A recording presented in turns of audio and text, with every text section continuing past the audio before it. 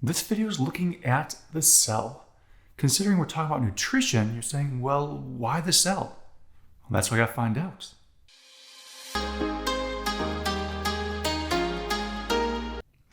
The cell. Now, the cell itself is the building block of your body. It's what allows you to grow and create all of your different organs. Pretty much the cell is going to be the basic unit of life. Now, since we're talking about human nutrition, we're going to focus on multicellular organs and multicellular organisms. So we're not going to worry about these single cells and all their interesting, intricate parts, but we're focusing on how do we build our cells based on cells. Now, most of your cells, if not every single one of your cells in your body, practically has DNA. DNA is going to be the building blocks that give instruction of the cells of what they're doing. But every one of the cells, doesn't matter which type of cell it is in your body, is organized. It has a set structure, has set components. So the cell itself, we'll start with the nucleus. Now the nucleus, that's where you store your DNA.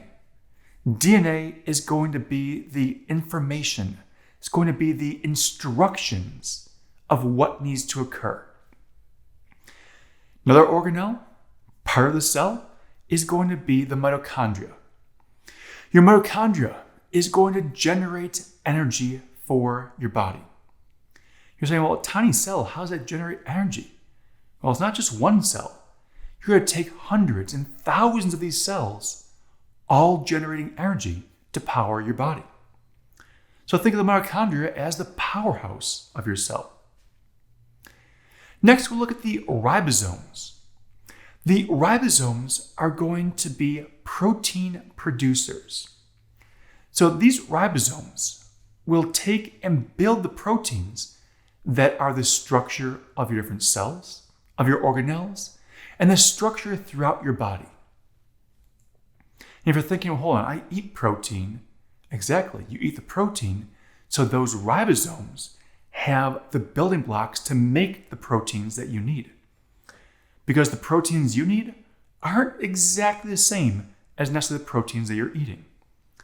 So you've got to rebuild them to what you need. Then we have the endoplasmic reticulum. Now the endoplasmic reticulum is going to be packaging and transporting the different components from the cell. So the endoplasmic reticulum is packaging and then transporting. You can kind of think of it as a shipping company. You'd bring a package in, they package it up, and send it out. That's the endoplasmic reticulum. Next up is the golgi, or the Golgi apparatus. Now the Golgi apparatus is distribution. It's all about trying to send out. It takes usually what the endoplasmic reticulum packaged up and then sends it out. It distributes throughout your body. Now, since we're animals, we have some specialized components to our animal cells. We're looking at lysosomes and peroxisomes. The reason these are important for us is the lysosomes and peroxisomes are going to help break down the macromolecules. So those macromolecules we've talked about, carbohydrates, lipids, proteins, the lysosomes and the peroxisomes can help to break them down into their individual units, into their basic structures. So that's what we're looking at for some basic cell components. Now, is there more? Sure, there's a ton more to deal with a cell, but that's kind of what we're focusing on now. Let's get an overview of what we're looking at there. But why or what are we talking about cells for? Well, the why, the cells make up tissues. And what are we talking about them for? Well, the cells are the building blocks. It's what helps process all of our nutrition and helps deal with everything we're talking about for the rest of the course. So let's start building. We'll take those cells. Those cells can build together to make tissues.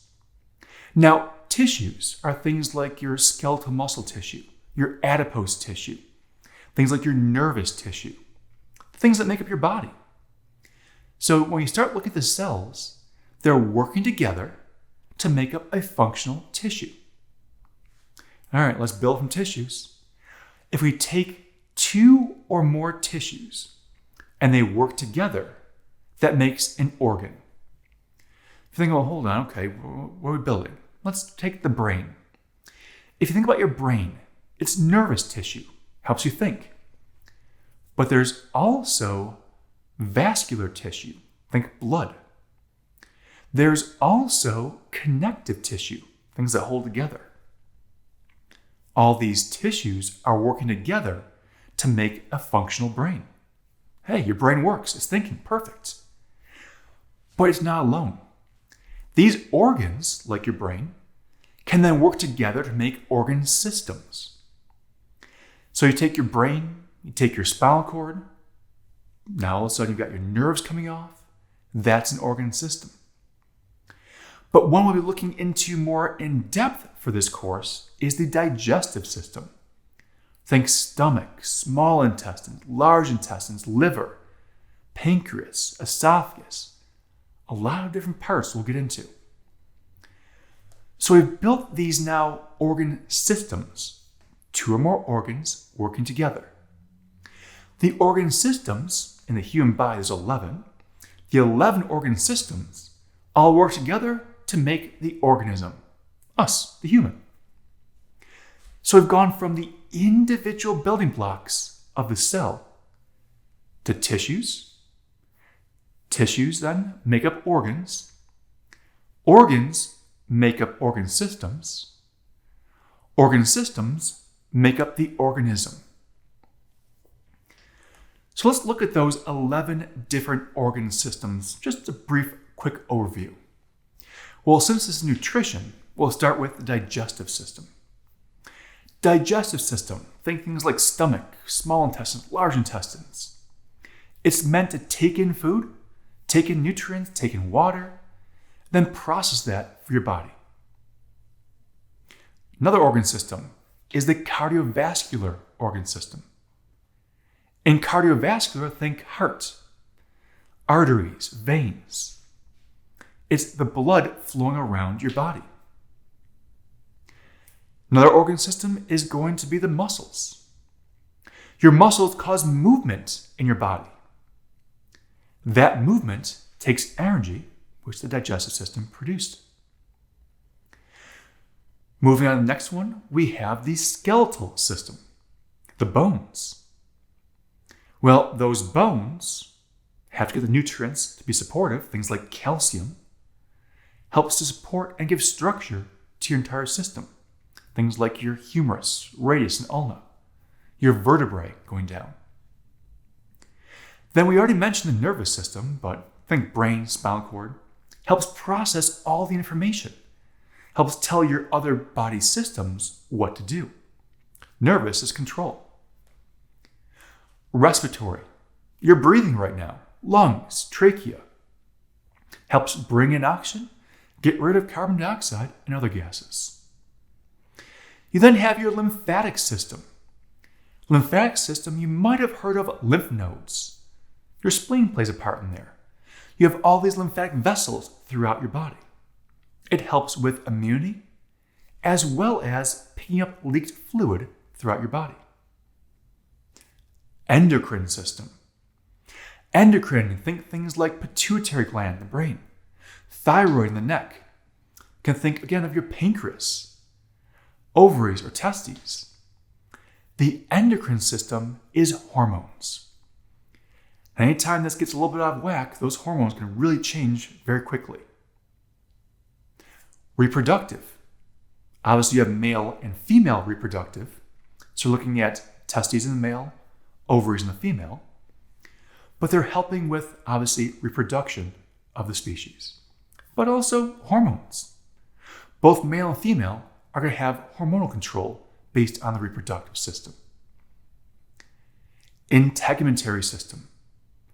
Integumentary is your skin, your hair, your nails. It's your first line of defense. It's what covers your entire body and protects things from getting in. But at the same time, stops stuff from getting out. It keeps most of the moisture in your body and helps regulate the temperature. And then we have the urinary system. Urinary system, think kidneys, ureters, as well as the urinary bladder. It's helping to filter the blood, get rid of and excrete waste, and get rid of anything that shouldn't be in the blood. So 11 body systems, all 11 have to work together, and all 11 are also tied back into nutrition. And that's something we'll get to in future videos. So until the next video,